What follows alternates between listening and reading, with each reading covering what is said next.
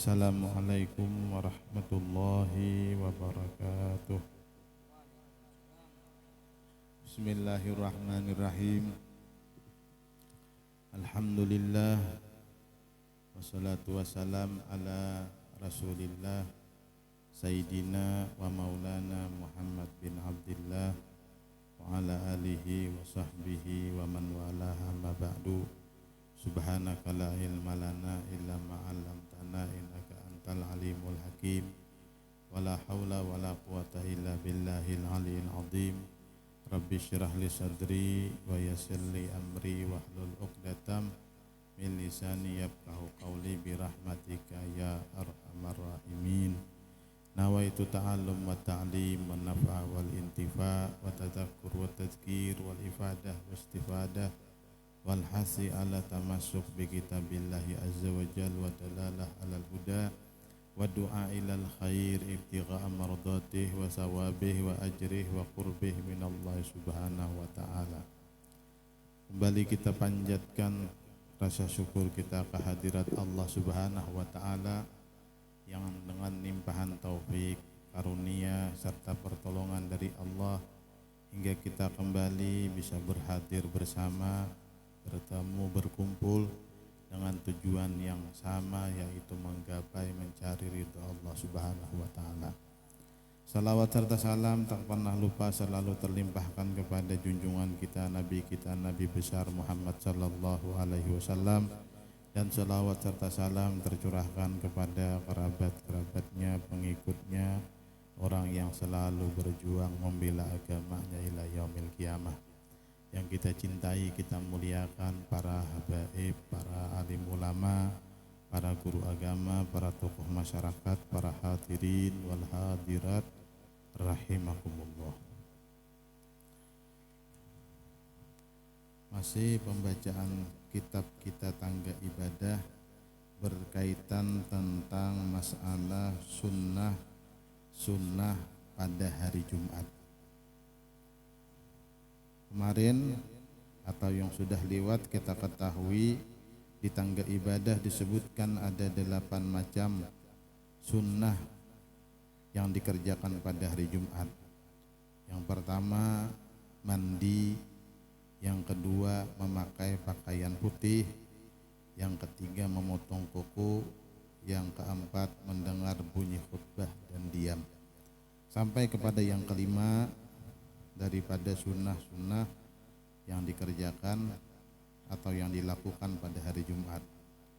Kemudian yang kelima, sunnah pada hari Jumat juga memakai harum-haruman bagi yang tidak puasa dan tidak berihram. Jadi sunnah berharum-harum di hari Jumat khusus. Padahal berharum-harum atau berwangi-wangi ini sunnah di setiap perkumpulan banyak, hendak ke majelis taklim, hendak ke tempat-tempat baik. Nah, tapi lebih disunnahkan khususnya yaitu di hari Jumat, yaitu berwangi-wangi. Karena sabda Rasulullah sallallahu alaihi wasallam yang berbunyi hadis sahih, man ghassala wagtasala yaumal jum'ati wala bisa min ahsani siyabihi wa massa min tibin ingkana indahu summa atal jum'ah walam yatakhatta'na kunnas summa sallama kutiba lahu summa ansata idha kharajal imam hatta yakhruja min salatihi kana kafaratun lima bainaha wa bainal jum'allati qablaha. Jadi di dalam hadis sahih Nabi sallallahu alaihi wasallam bersabda dalam sebuah hadis sahih, barang siapa yang membasuh pakaiannya nang bata tapas. Tapi ada juga yang mengartikan ghassala ini orang nang mandi wajib. Nah, kenapa? Karena disunahkan biar sebelum Jumat menggauli istrinya supaya hari Jumat itu tenang pikiran. Tapi nang babini lah. Nah, nang babini sunnah malam atau sebelum Jumat apa ngarannya mempergauli istrinya, sunnah. Saya kira beribadah itu fokus. Jadi barang siapa yang memandikan atau yang membasuh atau yang menapas pakaiannya. Nah, sehingga tradisi di pesantren itu bertetapas hari Jumat. Pertama, seminggu sekali karena waktu kita sibuk belajar. Kalau di Hadramaut itu Jumat, hampir Jumat itu dari pagi sampai jam 10, bahkan sampai jam 10-an itu banyak santri-santri bertetapas seminggu sekali. Di rumah kita kan mungkin bang seminggu sekali ya lah. Nah, sawat ubah baunya. Nah, kalau di Hadramaut itu biasanya seminggu sekali kita bertetapas karena Jumat juga hari libur. Kemudian yang kedua kita sibuk dengan belajar. Waghtasala yaumal jum'ati, dan mandi pada hari Jumat. Sunnah mandi pada hari Jumat. Tapi jangan Jumat saja juga mandi lah. Setiap kali awal kita berubah sunnah mandi. Jangan mentang-mentang ada hadis. Memang hadis mandi hari Jumat ini khususiyat. Artinya sangat ditekankan di hari Jumat ini mandi. Tapi sunnah ketika berubah bau awak kita untuk mandi, sunnah. Kemudian wala bisa min ahsani siyabihi, dan memakai daripada sepaling baik pakaiannya, khususnya nang warna putih. Putih atas, putih bawah. Munnya kada kawa minimal putih nang di atas. Nah, jangan putih nang di bawah, di atasnya hirang. Paling nang afdal itu nang di atas nang putih. Nah, tapi amunnya tapih putih, baju putih, kupiah hirang. Nah, itu mah hirip lawan sesuatu lah. Nah, jadi nang bagus itu putih bertaan. Sunnah di hari Jumat putih. Kemudian wa masa min tibin ingkana indahu, ujar Rasulullah. Kemudian dia menyapu dengan minyak wangi jikalau dia mempunyainya, minyak harum. Karena pas saja juga hari Jumat pada kita di pasar minimal menukar minyak harum.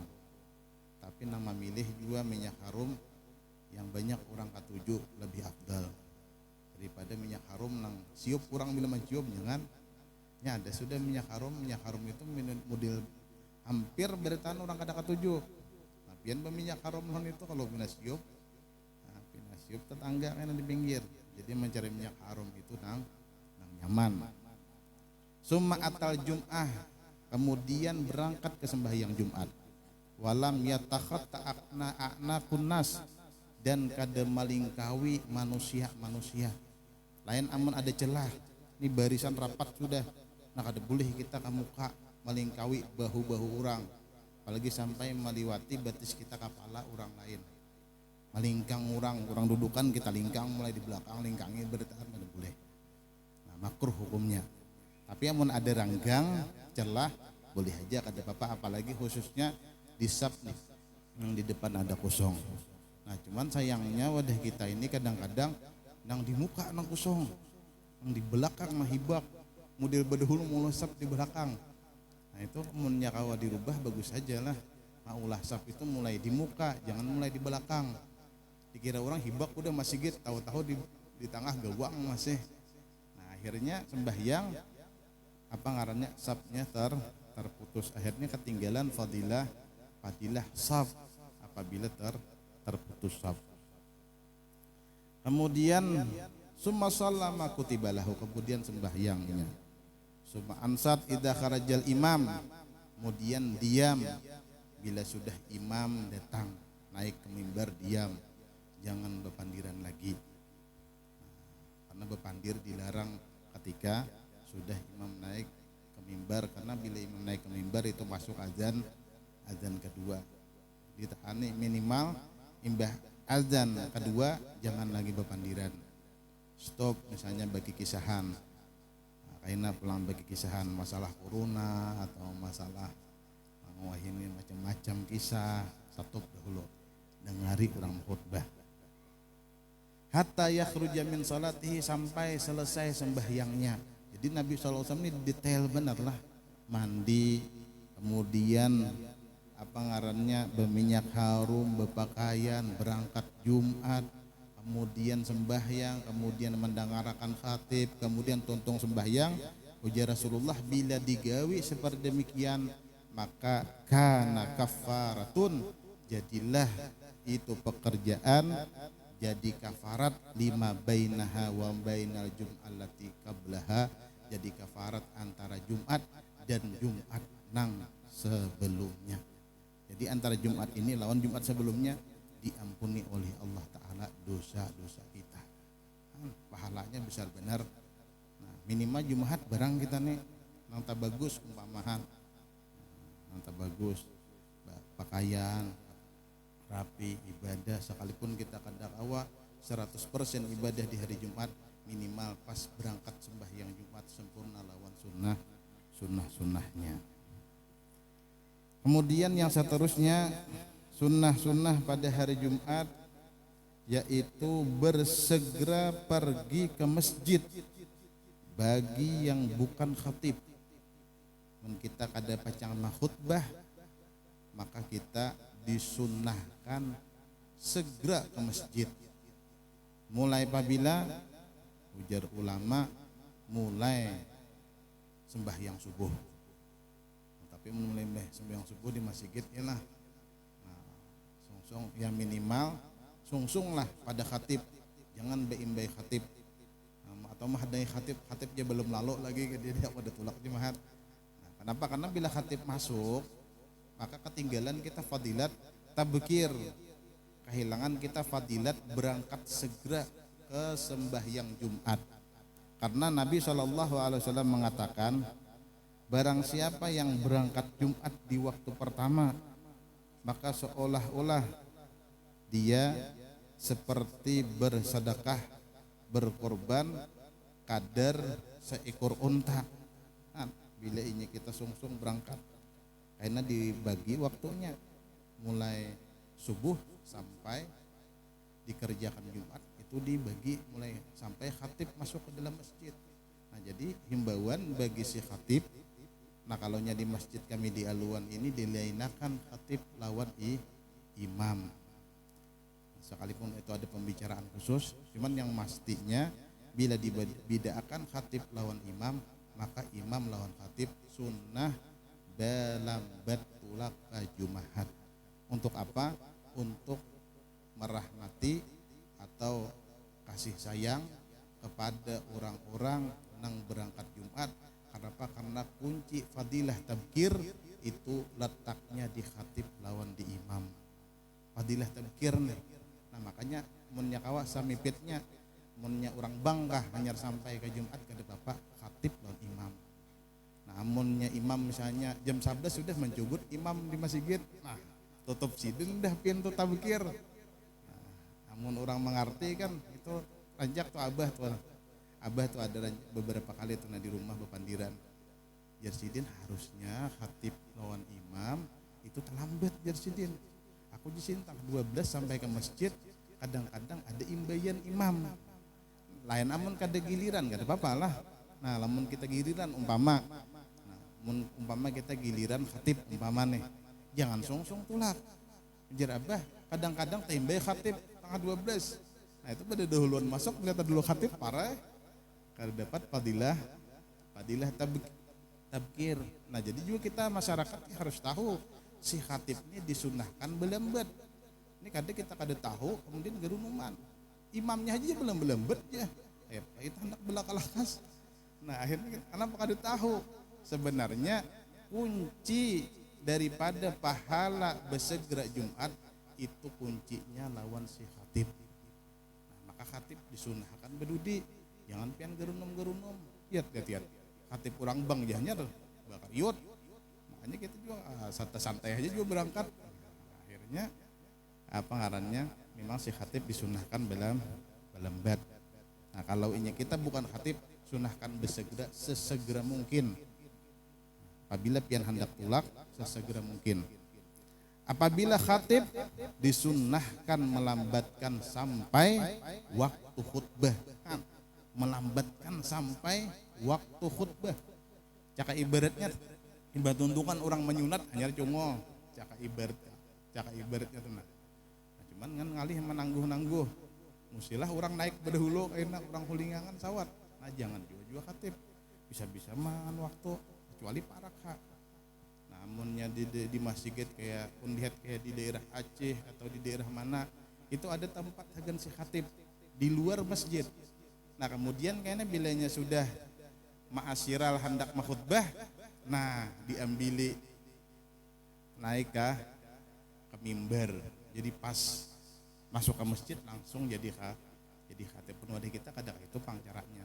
Nah cuman minimal tadi jangan terlalu sung. Kenapa kasih sayang lawan orang lain supaya orang lain dapat fadilah tabkir. Nah cuman juga lamunnya kawalah kita misalnya tahu nih khatib nih datang biasanya para kurang bang. Nah kita jangan di luaran, nah masuk ke masjid. Karena orang yang di luar masjid tuh kada dapat fadilah tabkir.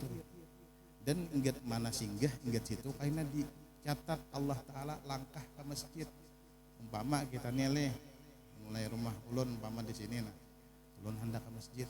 Nah, mun ulun singgah ada di bawah getah nukar pintol. Napa mulai tuang pintol ituannya catatannya. Nah, inggih nang sayang benar di parak benar sudah ulun masjid. Caka ibaratnya tuh beluncat mencipulam tak masuk ke masjid. Cuman di luar. Nah, maka mulai situ karena catatannya. Nah, itu nangalih. Nah, tapi ya lamunnya kada kawa juga ya minimal jangan bepandiran pas khutbah. Orang khutbah berenayan barang. Ada ngaraka khutbah. Aku nija bila masuk ke masjid guring. Mun di luar nija kada mengantuk. Tapi bepandiran nang mana nang baik? Nang baik masuk ke masjid jangan guring. Itu nang baik. Karena pilihan nang dua-duanya kan ada kurang cocok lah mun kita pilih baik ke masjid guring karena guringan ke masjid. Aku jar bila masuk ke masjid ja guring bajangan. Lamunnya di luar kada guring tapi bepandiran. Nang bagus tadi masuk ke masjid jangan guring. Apa usaha guring sebelum Jumat. Memang tradisi Bang, memang di mana-mana tuh. Sulit kita untuk merapikan untuk masalah Jumat. Ya cuman minimal kita nasi pengaji nang turun ke pengajian itu nang minimal ya istilahnya sedikit-sedikit membenahi. Apalagi musim corona ini kita kada tahu han punya umur pian kada mahara ipang han. Cuman ngarannya musim-musim nang kene kita kada tahu. Sudah sampai waktunya ya dijemput Allah Ta'ala bismillah kayak itu nah. Nah cuman kan ya diperbaiki ya sedikit gitu. Cuman kada mahara tadi ulun mahara. Tapi insya Allah sigaran sehat walafiat aja bertahan. Kemudian yang ketujuh sunnah membaca surah Kahfi pada siangnya atau malamnya. Memperbanyak membaca surah Kahfi sunnah di hari Jumat. Bahkan jar ulama sekurang-kurang banyak lah 3 kali. Surah Kahfi ini lumayan panjang. Menengah hanya baca mungkin setengah jam bisa kada tuntung. Namunnya sudah tamahir insya Allah 20 menit tuntung membaca surah Al-Kahfi. Banyak fadilat surah Kahfi, tapi bukan pembicaraan kita di sini. Pembicaraan kita di sini yaitu sunnah membaca surah Al-Kahfi di hari atau di malam Jumat. Dan di hari di malamnya sunnah kedua-duanya. Kemudian yang ke-8 memperbanyak salawat atas baginda Nabi Sallallahu Alaihi Wasallam. Perbanyak salawat. Sekurang-kurang banyak ujar ulama 300. Sekurang-kurang banyak. Mun sekurang-kurang sedikit ya sedikit-dikitnya, mun sekurang-kurang banyak 300. Artinya orang itu sudah dikatakan banyak bersalawat bila bersalawat di hari Jumat 300 kali. Salawatnya napa atas harapian hendak salawat Ibrahimiyah. Salawat Ibrahimiyah kan afdal, Allahumma shalli wa sallim ala sayyidina Muhammad. Salawat tahiyatul akhir itu karena salawat Ibrahimiyah.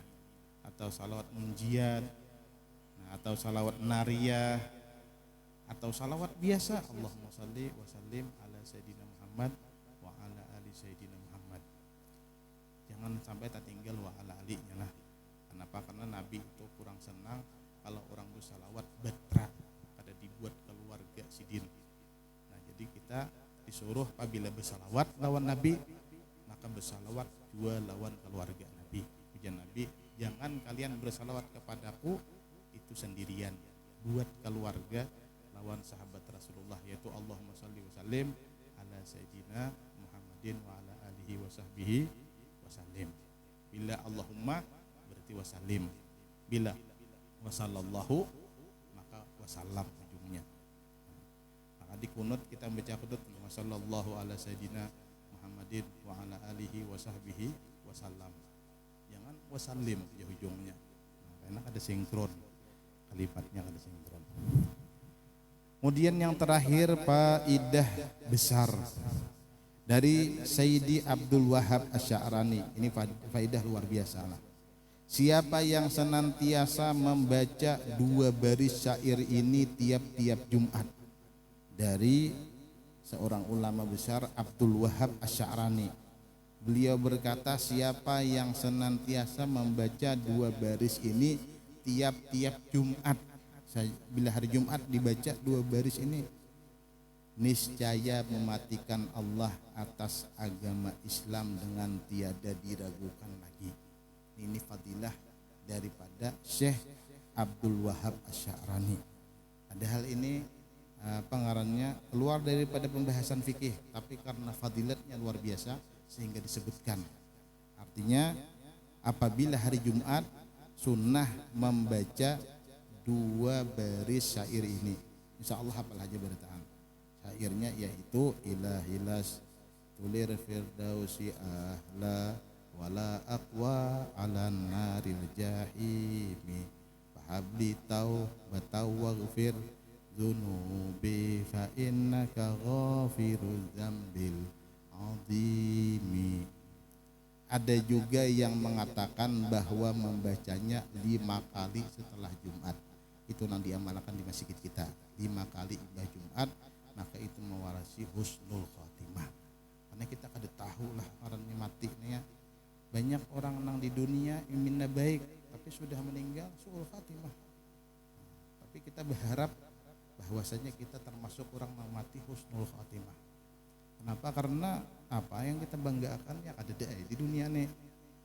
Ada aku-akuan lagi bila sudah mati semuanya sama rata, ada beda. Bahkan ujar Allah Ta'ala, inna akramakum indallahi atqakum, yang paling mulia dari kalian orang yang paling takwa. Bukan orang yang duduk di muka, bukan orang penceramah, bukan orang yang ini itu, tapi yang paling mulia adalah orang yang paling takwa. Karena takwa itu adalah predikat yang harus kita miliki supaya kita mati dalam keadaan husnul khatimah. Kemudian pulang uzur Jumat, wallahu a'lam. Mudah-mudahan apa yang kita dengarkan memberi manfaat, mudah-mudahan ilmu kita diberkahi oleh Allah Subhanahu wa taala, dan mudah-mudahan kita bisa mengamalkan ilmu kita, dan mudah-mudahan kita bisa diberikan anugerah oleh Allah Ta'ala berjumpa dengan Nabi kita Muhammad sallallahu alaihi wasallam kelak di Firdausil A'la. Amin ya rabbal alamin, wallahu a'lam.